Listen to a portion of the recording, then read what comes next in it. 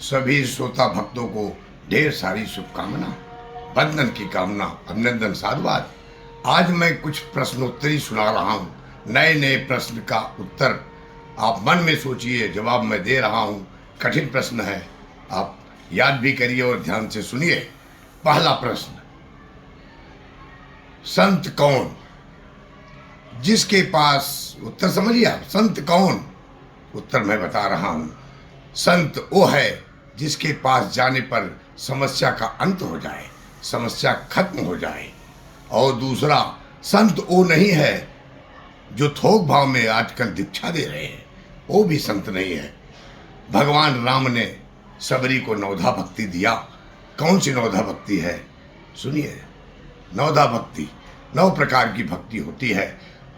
प्रथम भगत, पहली भक्ति संत का संग है। वैसे 9 प्रकार की भक्ति मैं अलग से बता रहा हूँ। श्रवणम कीर्तनम विष्णु स्मरणम पाद सेवनम अर्चनम वंदनम दास्य साख्य आत्मनिवेदनम। जिसके पास एक भक्ति हो जाए वो थक जाएगा। भगवान कितने नहीं जानते लोग, किसी को भगवान बोलते हैं। भगवान एक होते हैं, लेकिन कौन भगवान है, कौन देवता है? भगवान कौन? भगवान एक होते हैं।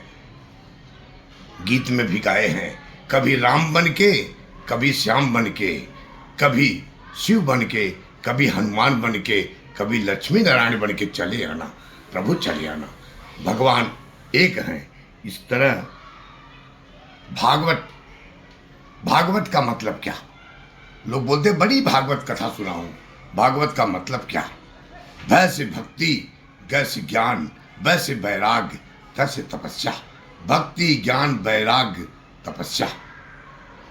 अगर भागवत प्रेम से सुन रहे हैं तो जिसके पास भक्ति, ज्ञान, वैराग्य, तपस्या हो जाएगी, इस संसार सागर से तर जाएगा। पुनरपि जन्म पुनरपि मरणम पुनरपि जननी जठरे शयनम। इस संसारी खल दुसारे पाय मुरारे भज गोविंदम मूढ़ मते। इस संसार सागर से तर जाओगे। संपूर्ण रामायण रोज बोलिए आप लोग। मैं तो विगत 32 सालों से बोलता हूँ, आप लोग रोज बोलिए पूरा रामायण आधा मिनट में। आदौ राम तपो वनाद गमनम हत्वा मृगा कांचनम वैदेही हरणम जटाऊ मरणम सुग्रीव संवासमन बालिमर्दनम समुत्तरणम लंकापुरी दहनम तत्पश्चात रावण कुंभकर्णम वध। ये तो संपूर्ण रामायण पूरा हो गया। 12 ज्योतिर्लिंग बोलते दर्शन कर लिया हूँ, लेकिन रोज बोलना चाहिए। 12 ज्योतिर्लिंग का नाम रोज लेना चाहिए।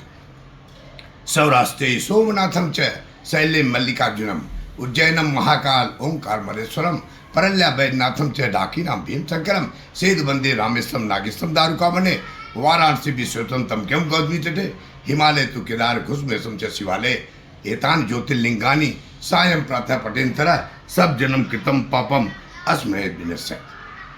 प्रसाद, प्रसाद का अर्थ क्या? प्रसाद का मतलब क्या? प्रसाद ना नहीं बोलना चाहिए। प्र मतलब प्रभु, सा मतलब साक्षात, द मतलब दर्शन।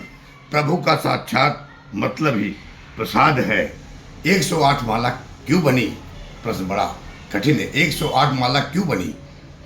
ग्रह 9 ग्रह होते हैं और राशि 12 होती है। 9 ग्रह इंटू 12 राशि, 12 9 108। और एक प्रकार है राम राम, र 27 अक्षर का, म 25 अक्षर का, आ 2 अक्षर, 27 मिलकर 54 हो गया। राम राम 108 है, उसी में 108 माला बनी है। और अगला प्रश्न है, भगवान भोलेनाथ किस लिए, किस चीज के भूखे हैं? बोलते भोलेनाथ भाव के भूखे हैं, प्रेम के भूखे हैं। कहते हैं पत्रम पुष्पम फलम तोयम यौ में भक्तम प्रच्छेद तदहम भक्तु निजम शाम प्रतात्मना। भक्त का दिया हुआ प्रसाद मैं प्रकट होकर के बड़े चाव से, बड़े प्रेम से, बड़े चाव से खाता हूँ। गायत्री मंत्र सबको आता है, और गायत्री मंत्र का अर्थ सुनिए। उस सच्चिदानंद परमेश्वर का ध्यान करता हूँ जो हमारी बुद्धि को सत्य की ओर ले जाने के लिए प्रेरित करे, प्रेरित करे। लोग 9 दिन नवरात्र रहते हैं माता जी के 9 नाम। 9 दिन के क्या नाम है? पहला शैलपुत्री, ब्रह्मचारी, चंद्रघंटा, कुसमांडा, अस्कंद माता कात्यायनी, महागौरी, महारात्रि, सिद्ध सती। इस तरह 9 नाम है। शंकर जी के दो रूप क्यों? शंकर जी का वैसे मेन मूल नाम शिव है, शिव जी है, और शिव जी का दूसरा रूप जो लोग बोलते हैं लिंग इंद्री से अर्थ लगाते हैं, बिल्कुल गलत है।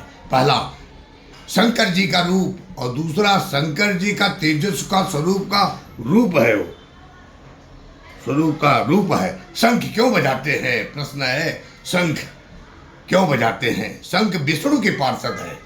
कहते हैं जो शंख बजाते हैं पुरुष या स्त्री, उसको मैं रोज गले लगाता हूँ, रोज गले लगाता हूँ जो शंख बजाते हैं। इन्हीं के शब्दों के साथ मैं अपनी वाणी को विराम करता हूँ। जय श्री राम, जय श्री राम।